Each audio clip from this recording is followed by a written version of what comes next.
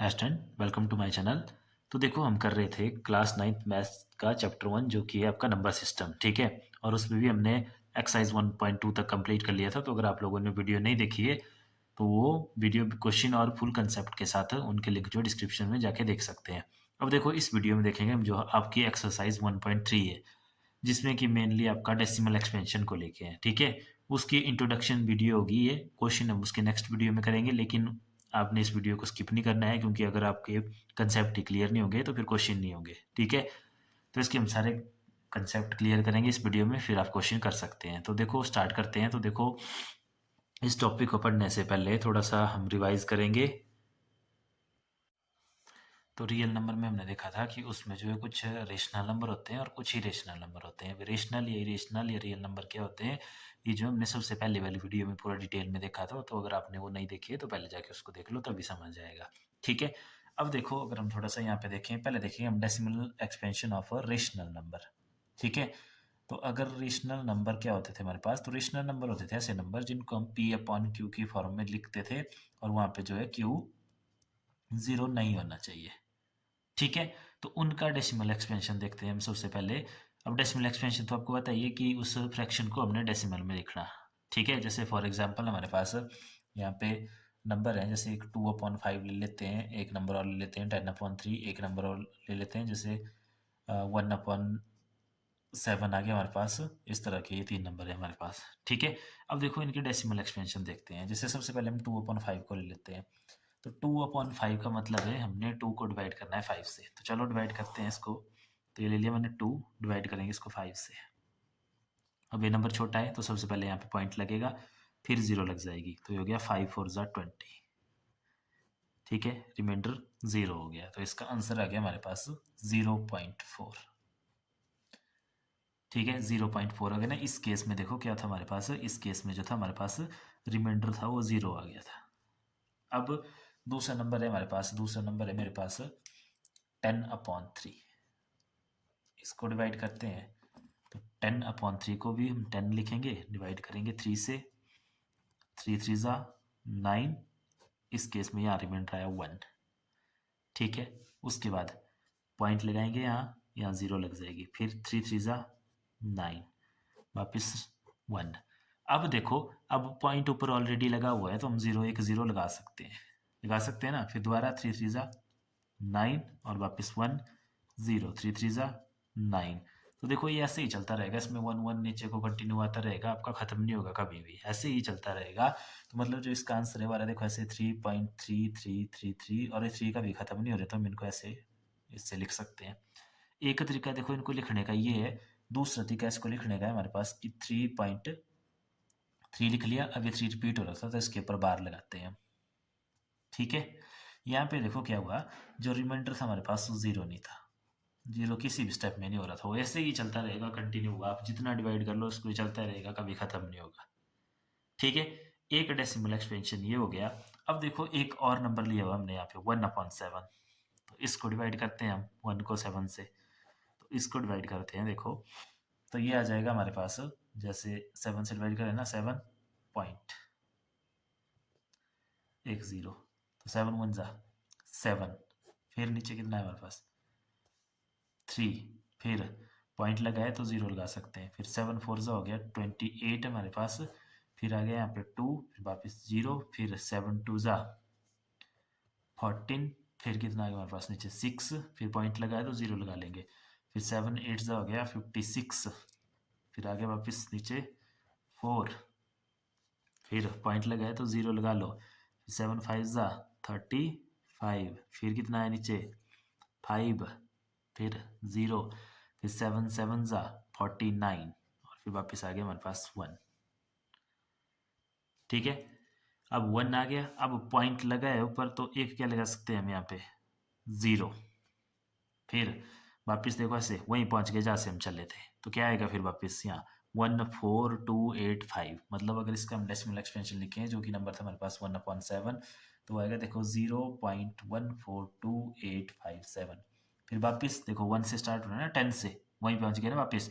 तो वापस ऐसे ही चलेगा है, मतलब वापस आएगा 1422857, फिर उसके बाद वापस वैसे ही आएगा, सो ऑन ऐसे ही चलता रहेगा।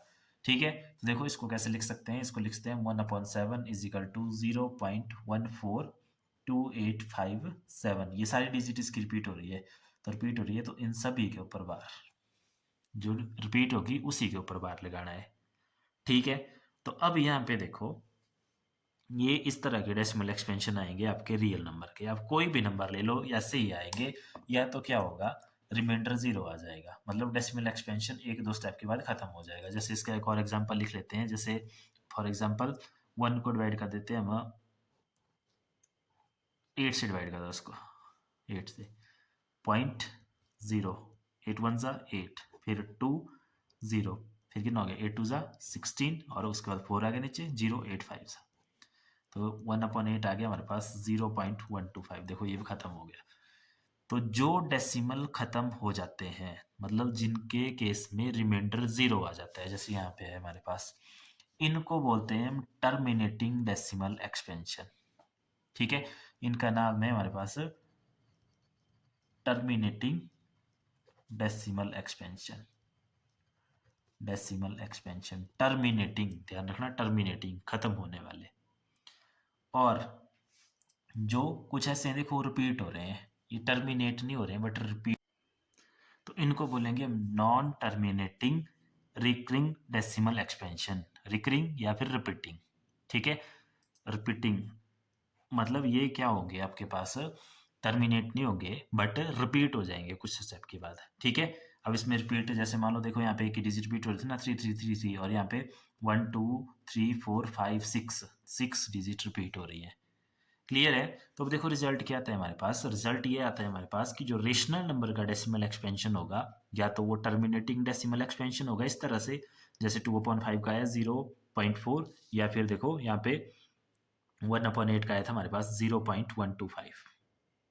ठीक है, तो एक या तो टर्मिनेटिंग डेसिमल एक्सपेंशन होगा, या फिर कैसा होगा नॉन टर्मिनेटिंग भी, खत्म तो नहीं होगा, रिमाइंडर तो नहीं आएगा zero, but non terminating repeating decimal expansion, उसका जो डेसिमल एक्सपेंशन है उसकी जो डिजिट्स हैं वो रिपीट करना स्टार्ट कर जाएगी। क्लियर है, तो ये ध्यान रखना कि डेसिमल एक्सपेंशन रेशनल नंबर का दो ही तरह का होगा, या तो टर्मिनेटिंग डेसिमल एक्सपेंशन या non terminating repeating decimal expansion. Clear है इतना, तो ये था इसका डेसिमल एक्सपेंशन। अब देखो, अब देखते हैं हम कि इरेशनल नंबर का डेसिमल एक्सपेंशन किस तरह का होगा आपके पास। तो देखो अगर हम इरेशनल नंबर के डेसिमल एक्सपेंशन की बात करें, जैसे पाई होता है, पाई आपको पता है ना इरेशनल नंबर होता है, क्यों, क्योंकि 22/7 नहीं होती इसकी वैल्यू, वो तो हमने अपनी सिंप्लिसिटी के लिए ली होती है उसकी अप्रोक्सीमेट वैल्यू। इसकी जो एक्चुअल वैल्यू है जब आप देखेंगे तो होती है 3.141592635 सो ऑन, ऐसे ही चलती रहती है वैल्यू आगे को। इसकी ना डिजिट रिपीट करती और ना ही टर्मिनेट करती है।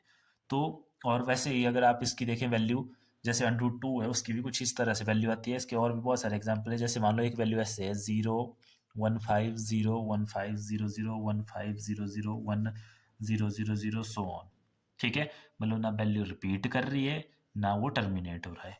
तो इस तरह के डेसिमल एक्सपेंशन को बोलते हैं हम नॉन टर्मिनेटिंग नॉन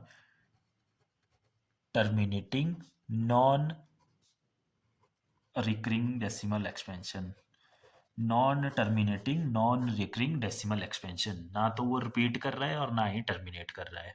ठीक है, तो ये होगा हमारे पास इरेशनल नंबर का इस तरह का। और अगर टर्मिनेटिंग है या नॉन टर्मिनेटिंग रिपीटिंग है, मतलब टर्मिनेट तो नहीं कर रहा है बट रिपीट कर रही है डिजिट, तो वो होगा रेशनल नंबर का। ठीक है, और इरेशनल का होगा ना तो वो टर्मिनेट करेगा और ना ही रिपीट करेगा।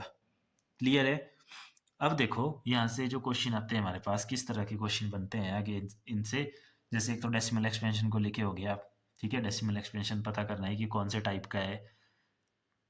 तो अब देखो अगर रेशनल नंबर है तो तब तो दो ही तरह का होगा, या तो टर्मिनेटिंग होगा या फिर नॉन टर्मिनेटिंग रिकरिंग होगा, मतलब रिपीट करने वाला होगा। अब कुछ क्वेश्चन आते हैं इसमें कि फाइंड द रिलेशन, जैसे मान लो एक एग्जांपल लेते हैं हम कि क्वेश्चन है हमारे पास, find the irrational number, find the irrational number between 1/7 and 2/7। जैसे मान लो 3 निकालने हैं यहाँ पे, find the 3 irrational number between 1/7 and 2/7। Irrational बोला है फाइंड करने को। ठीक है, तो देखो उसके लिए क्या करना, सबसे पहले 1/7 और 2/7 का डेसिमल एक्सपेंशन लिखना। 1/7 एंड 2/7 का डेसिमल एक्सपेंशन। अब देखो 1/7 का डेसिमल एक्सपेंशन लिखते हैं तो उसके लिए 1 को हमें 7 से डिवाइड करना पड़ेगा। तो लगा पॉइंट, फिर 0, तो 7 1 जा 7, नीचे आया मेरे पास 3, फिर 0, फिर 7 4 जा 28, फिर आएगा हमारे पास 2, फिर 0, फिर 7 2 जा 14, फिर आया 6 0, फिर 7 8 जा 56, फिर आ गया 4, फिर 0, फिर हो गया हमारे पास 7 5 जा 35, फिर नीचे आ गया हमारे पास 5, फिर 0, फिर 7 7 जा 49। तो वापस 1 पे पहुंच गए, जहाँ से चले थे वहीं पहुंच गए। देखो ठीक है, जहाँ से हम चले थे वहीं पे पहुंच गए। तो इसके बाद रिपीट करना स्टार्ट हो जाएगा। तो इसको लिख सकते हैं हम 0.142857 और उसके बाद ये रिपीट होगा। ठीक है, मतलब इसके ऊपर बार भी लगा सकते हैं ऐसे, क्योंकि रिपीट होना है इसने। अब देखो 2/7 का लिखना, तो 2/7 का डिवाइड करने की जरूरत नहीं है। देखो इसको मैं ऐसे लिख सकता हूँ ना, 2 × 1/7। अब 2 का 2 1/7 का ये निकाला अभी हमने, ये होता है 0.142857 ऐसे रिपीट। तो इसको हम नीचे लिख सकते हैं। देखो 2 से मल्टीप्लाई कर दो, 2 7 जा 14, 1 कैरी, 2 5 जा 15, 1 16, 1 कैरी, 2 8 जा 16, 1 17, वापस 1 कैरी, 2 2 जा 4 5 और 2 4 जा 8 और 2 1 जा 2 और पीछे पॉइंट ऐसे। ठीक है, तो अब देखो इनके बीच में लिखने इरेशनल नंबर। अब देखो यहाँ से पकड़ते हैं इसको, ये 1 4 है, 2 डिजिट लिख लेते हैं ना, 1 4 और एक इतना है 2 8 है, इनके बीच होने चाहिए हो। तो जैसे देखो एक लिखा मैंने 0.1, 4 से बड़ा ले लेते हैं 5, हो गया ना इनसे बड़ा, लेकिन साथ में इरेशनल बनाना उसको। तो इरेशनल बनाना, अभी तो रेशनल है, इरेशनल बनाना मतलब इसके आगे कोई भी डिजिट लगा देनी और इस तरह से शो करना उनको कि ना तो वो टर्मिनेट हो रही है और ना ही रिपीटिंग है। तो जैसे मान लो 0 1 0 0 1 5 0 0 1 5 0 0 0 0, रिपीट नहीं होनी चाहिए। ठीक है, इस तरह से, जैसे यहाँ देखो 1 0 गए थे मैंने, यहाँ 2 है, फिर ये अलग सा नंबर आ गया, सो ऑन, इस तरह से। एक नंबर ये हो गया। छोटा किससे रखना उसको, 2 8 से।